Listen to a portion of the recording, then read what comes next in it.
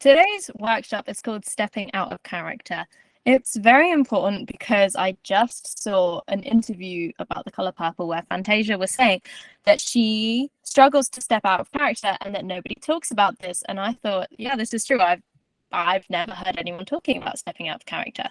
So we're going to go through it today. Helping actors find balance and wellness. Okay, so today we're helping you come out of character in a safe and healthy way. Okay, some of the common challenges are going to be overcoming the emotional and psychological attachment that you get to your roles and to your characters.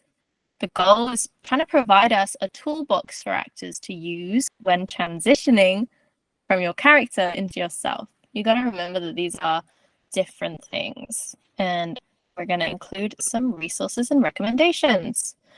So the importance of stepping out of character, let's talk about it. Okay, there's an emotional toll that you get with staying in character. Why? Because you are your own person, you have your own burdens and your own troubles and your problems. Your character equally has their own struggles and the burdens and the trauma. If you are trying to take on both at the same time, that's a heavy load. There's probably enough on your plate already without taking on the emotional baggage of a fictional or non-fictional, but a character. Someone that isn't you. Impact on your mental health and well-being like that is a scary thought of letting our mental health decline and get to a really poorly place, and it could be something avoidable. So let's talk about it. Differences between stage and screen and the effects on detachment. So detachment, what do we mean when we're talking about detachment throughout today's workshop? By detachment, we mean realizing that your character is an imaginary scenario. Whatever they're doing, whatever they're thinking and feeling, it's real, but it's within an imagined circumstance. So we're learning to detach from the reality of your character into the reality of the present moment, in the here and now, and in yourself. So on stage, immediate audience feedback. When you're performing and you're on stage in the theatre, you might get laughs and reactions from the audience. You can really feel their energy, and that can really inform your choices. And it might be harder to step out of that because you're in the moment so much of being with this audience. Larger gestures, it might be hard to come out of character when you're so used to doing these big gestures. Continuous performance, 8 shows a week, a lot of performances over and over again. Sometimes apparently people have found it hard to come out of their character when they know that they're just going back into it later and again and again and again. So we've got to learn to kind of detach that. On screen, you have your close-ups, multiple takes of the same thing. And sometimes it can be hard to come out of that once you've finished because you would have been intensely thinking about this for a long period of time. Multiple takes, same thing. On location shoots. So when you're immersed in a world in film and you're on a set and you know everything's there and you're in the moment, sometimes it can be hard to detach from that. Filming out of sequence, same thing. So we know what to look out for. Some of the techniques of coming out of character. Technique 1, shake it off and deep breathing. So we can be literally shaking it off, like you want to debrief and come out of character and you just need to shake it, get all of that nervous energy out. That can be really, really useful. But also by shaking it off, we mean like shake off the that into this being yourself in your present moment. Some people like to listen to music and to shake it off, or you know, my friends have said snap back it out of it. And deep breathing, because breathing obviously is really connected to your core, and when we breathe, we're centering our nervous system. It's a really good tool to help you stay balanced. Technique 2, the art of healthy detachment, the importance of creating boundaries between the actor and the character and separating yourself from the role emotionally. Now, what do we mean by this? It's really important to make those distinctions between what's your gestures and movements, what's your character's gestures and movements, or something like this. Something like, every time I leave the rehearsal room, I will leave my character at the door, something like this. You have to really play around and figure out what's going to work well for you, but realizing that, you know, you can release that and you can put that to bed for the night when you go to bed. Techniques for coming out of character continued. Grounding with scent.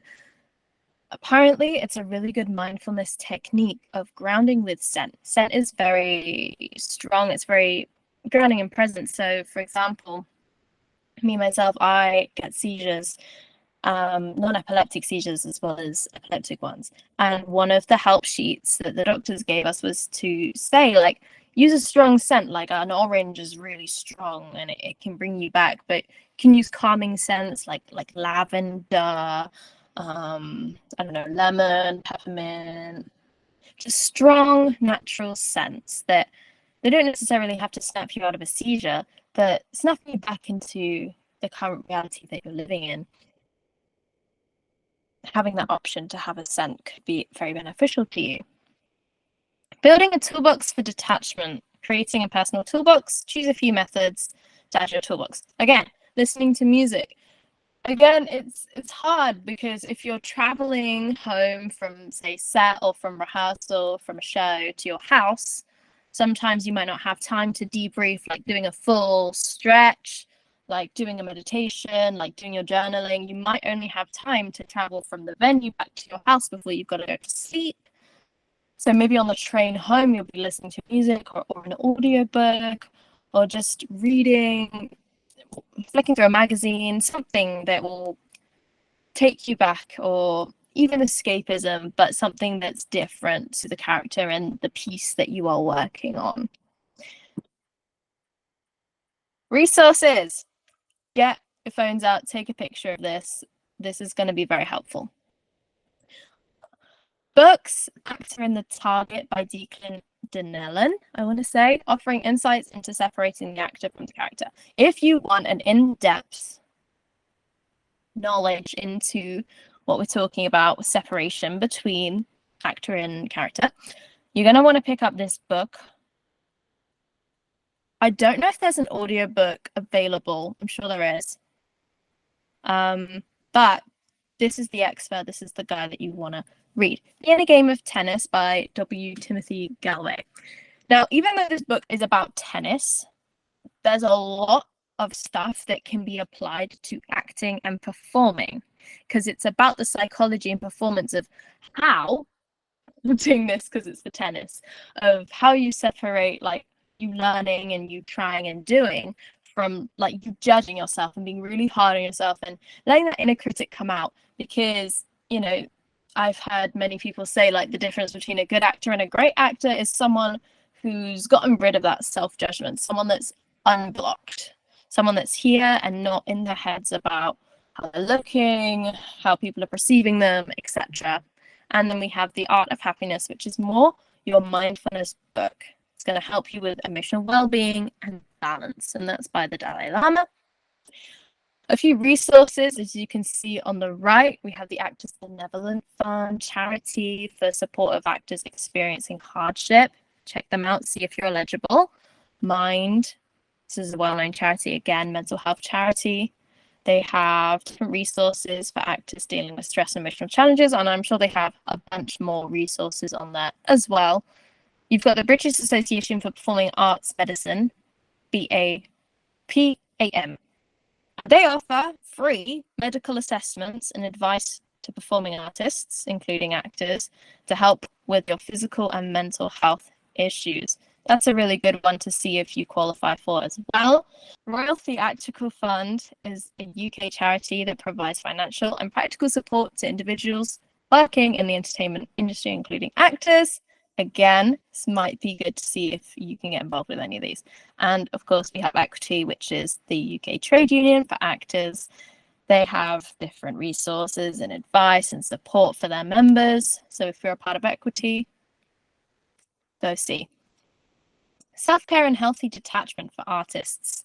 So what are we getting from this? When we're thinking about stepping out of character and making sure that there's space between you and your character, it's that self-care isn't just like oh yeah, I forgot about that, like let me do it. It's essential. It has to be taken into your routine. It doesn't have to be like every day I must have a bath and do meditation for 30 minutes. No.